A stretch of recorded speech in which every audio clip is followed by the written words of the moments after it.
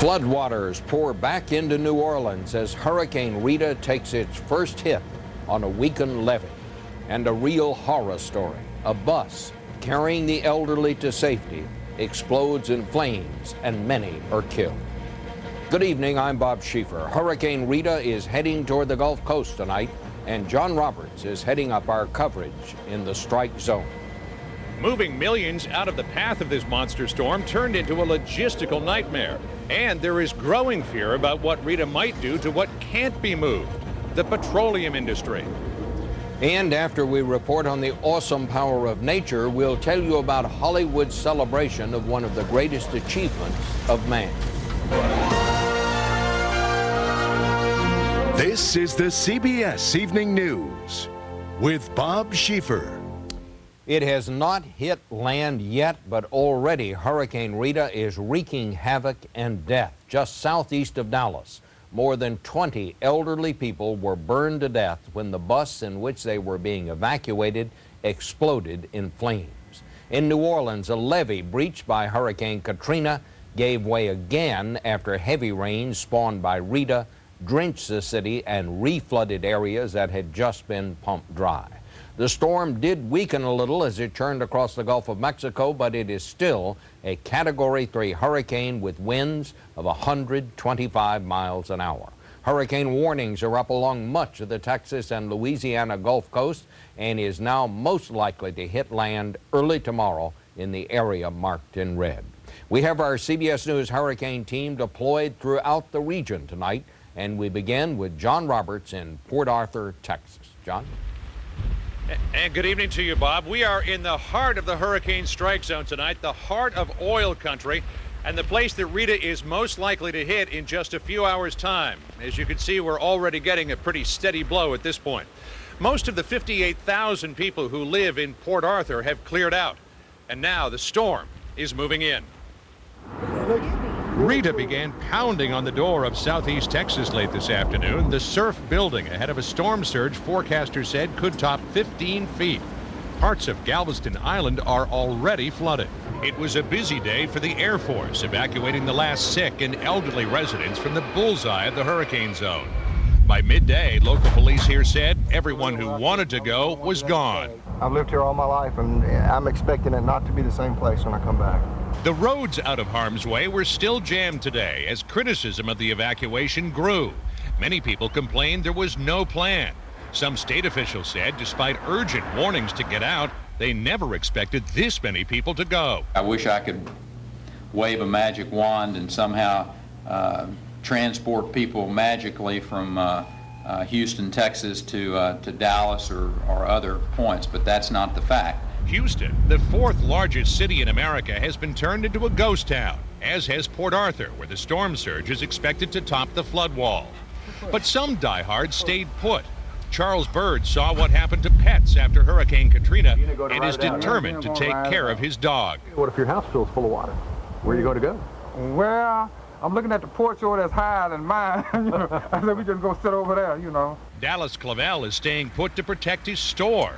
After the looting he witnessed in New Orleans, he's not going anywhere. I'm not going to take the law in my hand, but I'm going to protect what is mine. That's all I can do. The devastation from Hurricane Rita will be local, but its impact will be felt on a national level. And that's the reason why this area is home to the greatest concentration of oil refineries of any place in the country. Nearly a third of all the gasoline that we use every day comes from places like this. In fact, Rita's path is taking it right over the heart of the entire Gulf Coast oil industry, aiming not just at refineries, but offshore platforms, mobile drilling rigs, ship terminals. But as the storm swings away from Houston and weakens a bit, the oil industry late today took a cautious breath. It will be bad, but not the catastrophe that was expected, predicts analyst Peter Butel. We've dodged a bullet in a way by having it miss the Houston ship channel. We still are going to take some damage, but instead of this being a dagger through the heart of the energy business, this is only going to be a glancing blow, it looks like. It's already clear that even a glancing tornadoes there spawned from this hurricane. As the mayor of New Orleans put it, Rita is adding insult to injury. Sharon Alfonsi. New Orleans tonight. This is New Orleans, and these aren't last month's pictures. Today, water cascaded out of the canals and back onto city streets, covering cars and buckling already battered homes with more than 8 feet of water. There's been a breach or an overflow on the levee. With waterfalls 30 feet wide, it was hard to tell if the problem was water flowing over the levees or if they'd simply cracked. You got a rubber wheel, then lower. You need to run it down here too. At least 3 levees in the city were covered, and with Rita's rain still coming down, engineers were scrambling to keep a close eye on the health of a handful of others. That was a goner. The 9th Ward of New Orleans was one of the hardest hit by Katrina. No residents have been living here. But Rita moved right in, working her way through the neighborhood's back streets like a local. Yesterday, this neighborhood was bone dry. The levee broke, and now just 3 hours later, the water is up to my knees and rising fast. They tell me we have 24 hours more before Rita comes on shore. Engineers were powerless to help. The winds were too high to have helicopters drop sandbags.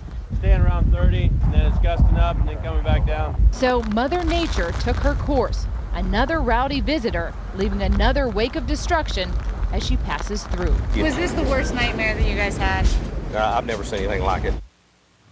And it could get worse. The wind and rain is expected to continue through the night, pushing more water through the city, soaking New Orleans for a second time. John? Sharon Alfonsi for us tonight in New Orleans. Sharon, thanks. The deadly tragedy involving a busload of evacuees from a nursing home happened about 250 miles inland from here, near Dallas. They were in the mass migration of people to higher ground from Houston. John Blackstone in Houston tonight has details. On board the bus were 6 staff and 38 residents of a Houston nursing home. In the flames, oxygen tanks used by the aging riders started blowing up. It was burning up, and then it just exploded, and then within a couple of seconds it exploded again and just kept on exploding. Daylight revealed nothing left but the charred metal frame. The bus, creeping through traffic all night, is thought to have had brakes or a tire that overheated and began burning. It was instant. The fire just started like out of nowhere. At least 24 were killed. Survivors aged from 70 to 101 were taken to Dallas hospitals for treatment. Their journey began at the Brighton Gardens nursing home. We were always just waiting to hear that they got to a safe location, and to wake up and hear this kind of news was just horrible. People in this Houston suburb say the residents of Brighton Gardens were very much part of the community. Now, a neighborhood still bracing for the worst of a hurricane is absorbing the kind of loss the evacuation was meant to avoid. They were doing, what they thought was the best interest of everyone, and just didn't work out this time. Susan Tallman's 93-year-old mother evacuated the home as well, but wasn't on the bus. How are you going to tell your mother? I don't know. That's something that's on my mind. 24 of her friends, many of and her. we have little pictures in our head of all those people that sit in the dining room, and we see them with their oxygen. In a way, the fire was a tragic repetition of what happened in New Orleans. But this time, the old and the weak became hurricane victims even before the storm arrived. John Blackstone, CBS News, Houston. Let's go back to John Roberts and Sharon Alfonsi now. And Sharon, I think I better go to you first because it looks like you're about to blow away there. How are they doing on pumping? Have they gotten the pumps going again in New Orleans? Well, they've got about 40% of the pumps working, I'm told, and as they unfortunately know from experience, it could take a while. It could take a couple of weeks before they get just the flooding that they have here today out, and who knows what tonight will bring. As you can see, the weather here has gotten really, really bad just in the last 10 minutes. Strongest rains and winds we've seen yet, Bob. Well, I was just going to say, because when I talked to you earlier today, it wasn't blowing like it is now, but it is really whipping up. Well, be careful, Sharon. And John, back to you. You're in Texas, of course. What about all these people still out on the highways? Are they going to be able to get out of there? Well, Bob, people would hope that they can get to shelter before the storm moves in. Don't forget, the majority of the traffic jams now are well inland, 200, 250 miles up toward Dallas. Most of the roads that we traveled last night between Houston and here in Port Arthur, actually Galveston and Port Arthur, were almost completely clear. So most of the people from this immediate area who needed to get to higher ground are already at least in the higher ground, though maybe not at their final destination. All right. Well, thanks to both of you. For the latest now on what to expect from Hurricane Rita, we want to turn again to our hurricane expert, Brian Norcross. He's at CBS station WFOR in Miami. The basics, Brian, first, when and where do you think this one's going to hit? Bob, it looks like it's going to come ashore now before sunrise. It's picked up a little bit of speed. And now that it's within radar range, there's the eye down there. It seems pretty clear that this is going to come very close to the border between Texas and Louisiana, bearing in mind it still could veer a little to one side or the other. And the biggest effect in terms of water coming ashore is going to be on the right side, where the water could go, up to 20 miles inland, up to as far as I-10. All right, one of the levees has already been breached in New Orleans. How much more damage will they get, you think? I don't think they're going to get a whole lot more. The storm is moving away from them now. Still some heavy rain, but that levee breach was caused by the wind pushing the water in there, and that's not going to get any worse. And how far inland do you think this one's going to go? It's going to go a ways inland and stall in northern and northeastern Texas and southwestern Arkansas. They could get 2 feet of rain, a big flood there. Okay, thank you very much, Brian. And if you missed that, he did actually say 2 feet of rain. Coming up next, what happens when the hurricane shelters are full?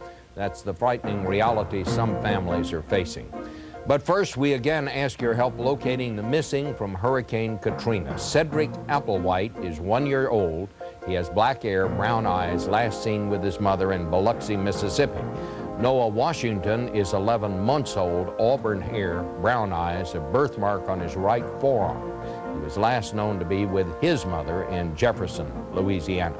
If you have any information about these children, please call 1-800-THE-LOST or log on to missingkids.com. Next at 11, a 1-2 punch for New Orleans. First Katrina, now Rita, causing more levee breaks as the storm closes in on the Gulf Coast. Rescue crews are already busy braving bad weather to save a pregnant woman and her son. Your weather station is tracking the Category 3 hurricane, now just hours from making landfall. CBS 4's Brian Andrews, Carrie Codd, and Mike Hirsch bring you team coverage from the path of the storm. Plus, developing now, an officer and a suspect rushed to the hospital after shots ring out outside an apartment complex. Good evening, South Florida. I'm Maggie Rodriguez. I'm Rob Hanrahan. All-out coverage of Hurricane Rita in 30 seconds. Now, live, this is CBS 4 News at 11. First at 11, the Gulf Coast feels Hurricane Rita's effects. The major storm now just hours from landfall. The storm's eye may still be offshore, but already pictures of the first storm-related rescue, a pregnant mother and her child plucked from their home. The new advisory and future tracker just in for the Category 3 hurricane. We have the most comprehensive team coverage. Brian Andrews is in Texas, Carrie Codd and Mike Kirsch in Louisiana. But we begin in weather control with CBS 4 storm specialist David Bernard. David? Rob and Maggie, at this hour, we're witnessing the strongest, or close to probably the strongest hurricane to hit southwest Louisiana since Hurricane Audrey in 1957. Here is a look at the last 12 hours, and there you can see the center of the storm hitting very close to the southwest corner of Louisiana. And even though the eye on these images doesn't look quite as well formed, all evidence from hurricane hunters in the last 15 minutes indicate that we have a very powerful northern and eastern eye wall still with winds well up into the Category 3 area. And look at that satellite picture. The eye wall is just beginning to move on to the southwest Louisiana coast around Cameron. This is the location where hundreds of people died in the late 50s during Hurricane Audrey, and we're suspecting tonight that a tremendous storm surge is going to be impeding southwest Louisiana in the next couple of hours. Want to show you real-time Doppler right now. Again, you can see very clearly this is where the real power of the hurricane is, right there, again, just offshore and continuing to move to the north-northwest. We're going to show you some other graphics here. This is the potential coastal surge that could be coming in tonight. and tomorrow morning. Very vulnerable along the southwest Louisiana coast. This red area is 0 to 8 feet in elevation, so near sea level to 8 feet. Then once you head up to I-10 where Lake Charles in this yellow area, it's about 8 to 16 feet above level. But the storm surge could be 15 to 20 feet. And during Hurricane Audrey, the storm surge went 25 miles inland. And so right now, it looks like this entire red area could be inundated by this powerful hurricane that is now moving on to the southwest Louisiana coast. And that is the expected track right there. And that's where the worst storm surge is most likely going to be. Latest advisory into weather control, 120-mile sustained winds, a little bit higher than that in gusts, still moving northwest at 12 and located 55 miles off the Louisiana-Texas border. Here's the future track, and notice by Sunday morning it will only be across northwest Louisiana and northeast Texas. And the next story, this will be chapter 2 with Rita, is that next week this storm is just going to stall out somewhere here over the lower Mississippi River Valley or Oklahoma or Texas, and that could produce tremendous rains in Texas and also Louisiana well after Rita makes landfall tonight. More on Rita and the South Florida weekend forecast in a few. Okay, David, from you in weather control, we move to CBS 4's Kerry Codd. He's in New Orleans, where Rita has now caused 3 levee breaches. Kerry. You're absolutely right. It remains windy, not wet right now.